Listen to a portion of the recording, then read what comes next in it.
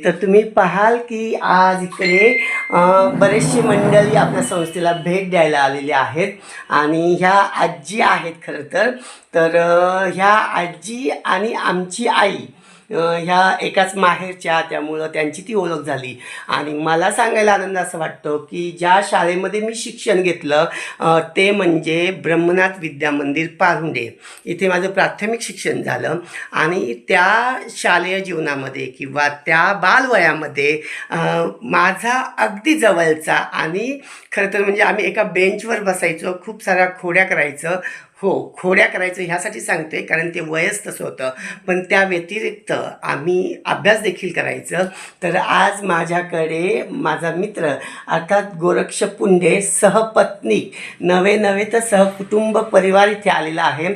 आणि खूप छान वाटतं की जेव्हा आपण यूट्यूबवर किंवा फेसबुकवर व्हॉट्सॲपवर जेव्हा आपल्या ह्या नंदनवन कार्याची माहिती सांगतो आणि या यूट्यूब चॅनलमुळं अनेक लोक नेहमी सतत संपर्कात राहिलेली आहेत.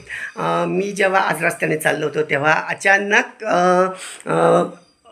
आपल्या गोरक्षदादाची गाडी पुढे येऊन आली. त्याने मला हॉर्न दिला आणि मी गाडीकडे बघितलं.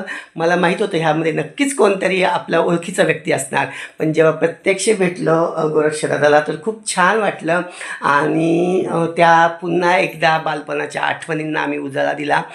विशेष म्हणजे त्याच्यासोबत आलेली त्याची मुलं, तर ते पण कोण कॉलेज करते, कोण व्यवसाय करते आणि कोण शालेय शिक्षण घेते.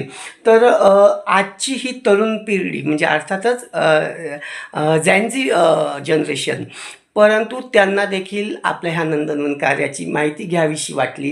आणि आम्ही सगळ्यांनी अगदी इथे 3 पिढ्या आहेत, म्हणजे गोरक्षदादाची आई असतील किंवा त्यांच्या पत्नी आणि मुलं, असं 3 पिढ्या इथे आलेल्या आहेत. आणि अगदी मनमुराद आम्ही मनमोकळ्या गप्पा मारल्या. मग ते सामाजिक असतील किंवा शैक्षणिक असतील किंवा सध्याच्या ज्या काही घडामोडी आहेत त्याच्यावर आम्ही खूप छान चर्चा केल्या.